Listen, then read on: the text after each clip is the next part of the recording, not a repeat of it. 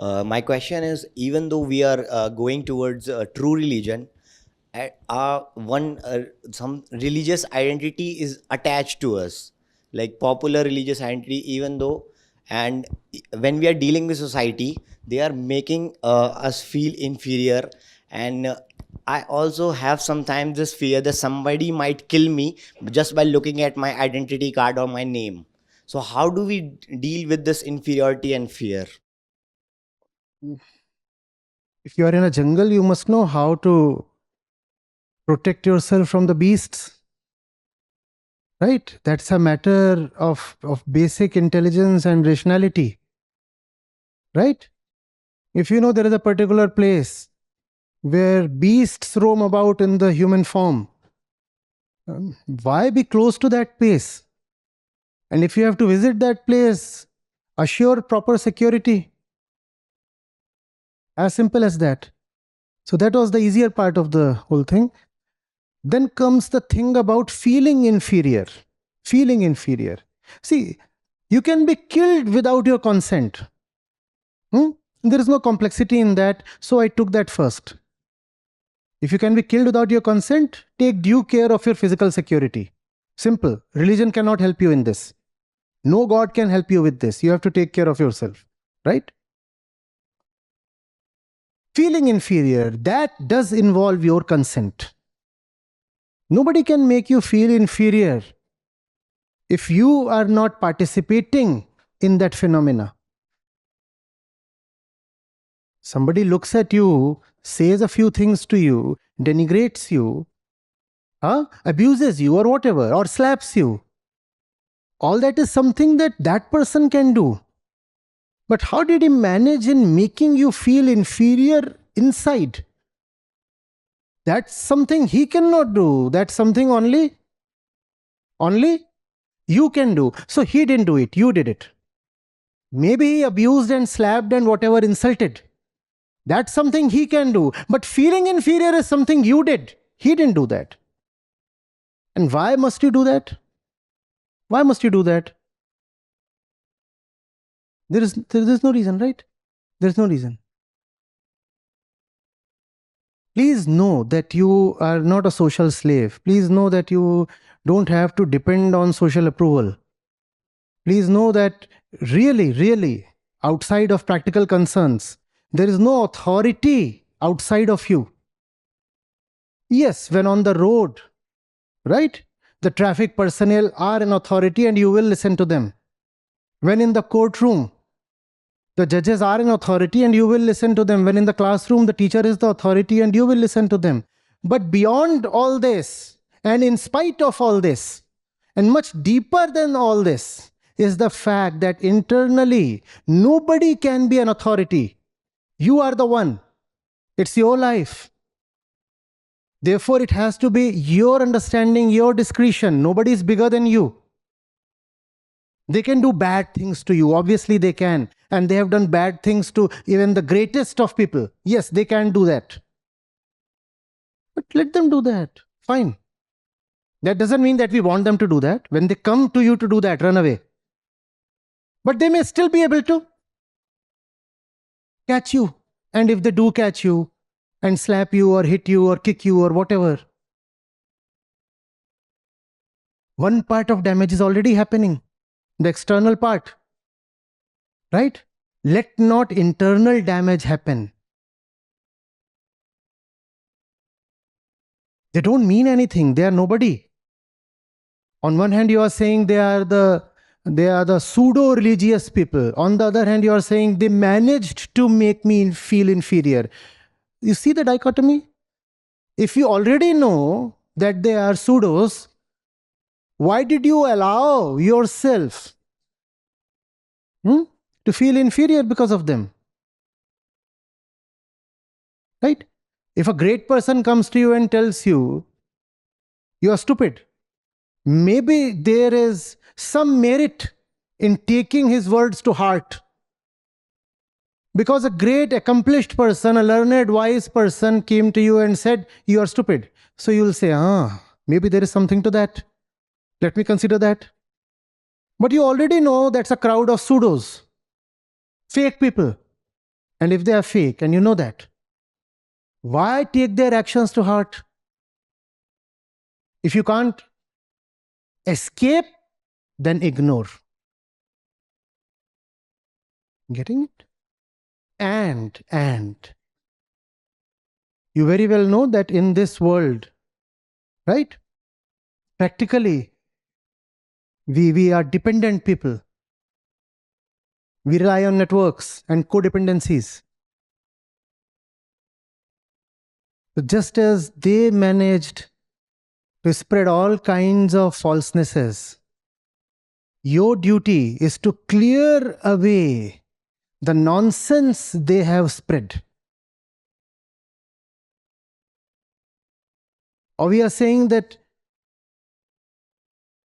they can be so successful in doing what must never be done, but we will remain abject failures in doing what must be done. Yeah? When you say they have great numbers, you must also ask yourself, why don't you have any numbers? Think of the effort they have put. They are attempting the impossible and still succeeding. They are proving the false as true and yet managing to convince everybody. We must compliment them, right? They are real warriors. Utter falseness, and yet they have managed to proliferate, propagate, even capture power. What an accomplishment. And on the other hand, here you are, and you say, I stand by the truth. I've seen through falseness. And yet I'm all alone because I couldn't communicate it to anybody. Why didn't you communicate it to anybody? That requires agency and patience and effort and love. Why didn't you display that? The problem with those in the false is they know that they are in the false. So out of their insecurity, they multiply.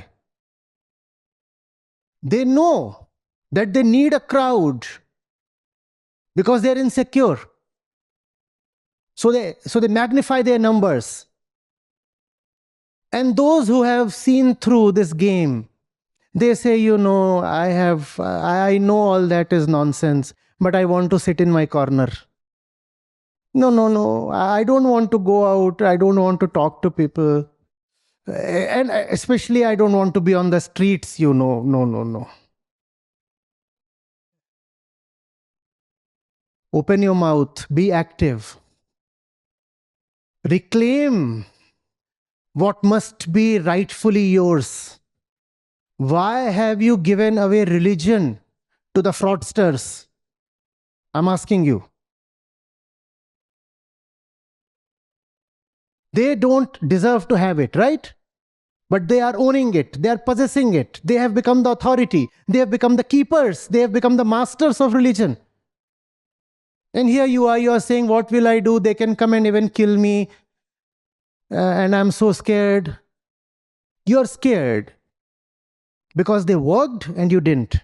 They worked even when they were in the false. And you didn't work even when you had seen through the false, even when you professed a love to the truth. And yet you showed no effort, no industriousness. So they gathered numbers. And now here you stand all lonely, scared for even your life. If I go out and say all these things, they can do very bad things to me. Why did you let it come to this? Please tell me. If something can happen through numbers, why have you not raked up numbers? Why don't you have numbers on your side? And is that also not a religious duty? Please tell me. If you have the truth radiated to others, please tell me, is that not the greatest seva? Paropkar, Parmarth? So that's why you are being punished. No seva, no Parmarth. You said, I know the truth, but then I am so scared of telling it even to my roommate. He will feel offended. Our Gita sessions, there are thousands of such cases. Hmm? The man or the woman is a part of the program since an year, even 2 years, and nobody in the family knows. She has ensured nobody comes to know. Even in the month of May, she hides beneath a quilt.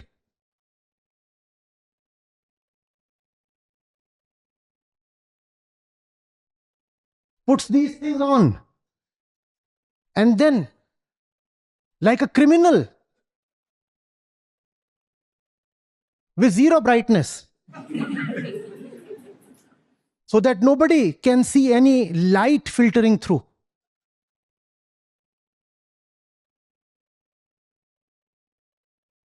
Seen how the pseudo-religious they operate? They'll capture the streets. They'll come and knock at your door.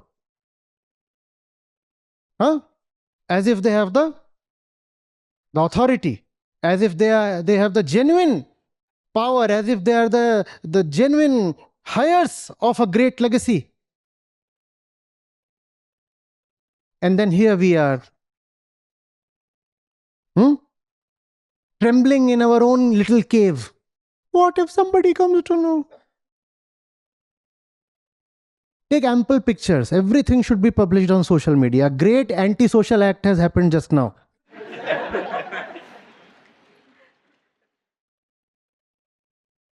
After every such events, 15 emails we receive. Please don't publish my photo, my video. Or if you do, please, can you blur my face? This is the reason.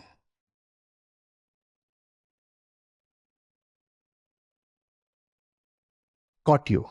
So many of you right now are actually thinking about that. With all these cameras, it is also going to go to, what do I do? How do I hide?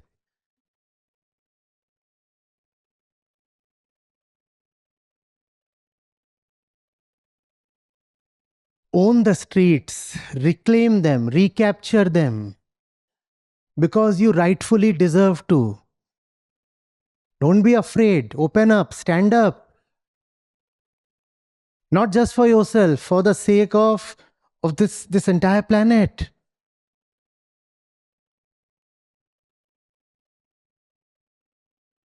Hmm? Hmm.